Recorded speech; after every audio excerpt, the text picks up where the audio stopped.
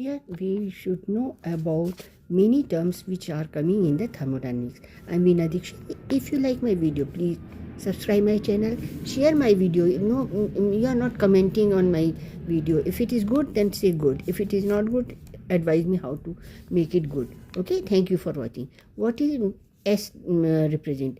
S means entropy change. So it is a state function. Delta S, delta H, and delta U.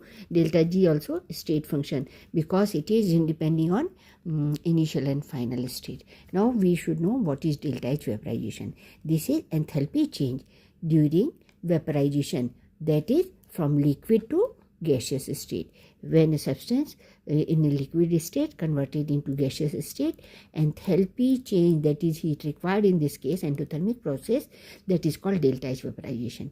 Clear? And delta S vaporization, here entropy change. The same way, liquid converted into gas, so entropy change during vaporization from liquid state to gas, it is known as delta S vaporization. It is also endothermic reaction. For example, water liquid, when we are heating it, it will convert into steam, that is in gaseous state. So that time delta S vaporization change in state is taking place. Delta S entropy changes, disorderness increases, so we will call entropy is increasing here. So delta S vaporization means entropy change during liquid to gaseous state is known as entropy of vaporization, and it is equal to delta H vaporization by boiling point. Clear? And delta H vaporization, I told you, enthalpy change during vaporization, conversion of liquid to gaseous state. So delta S vaporization is equal to delta H upon boiling point. Or if they will ask delta H vaporization, so you can say that delta H vaporization is the product of delta S vaporization multiplied by boiling point. So delta S vaporization and boiling point, when multiplied together, we will get delta S vaporization.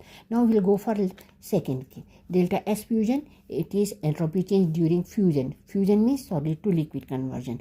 It is also endothermic reaction. So delta H and delta S fusion related by delta S fusion is equal to delta H fusion divided by melting point. Okay, if they will ask delta H fusion, at the time product of these two, fusion and melting point. Okay, now internal energy is a state function. How can you say?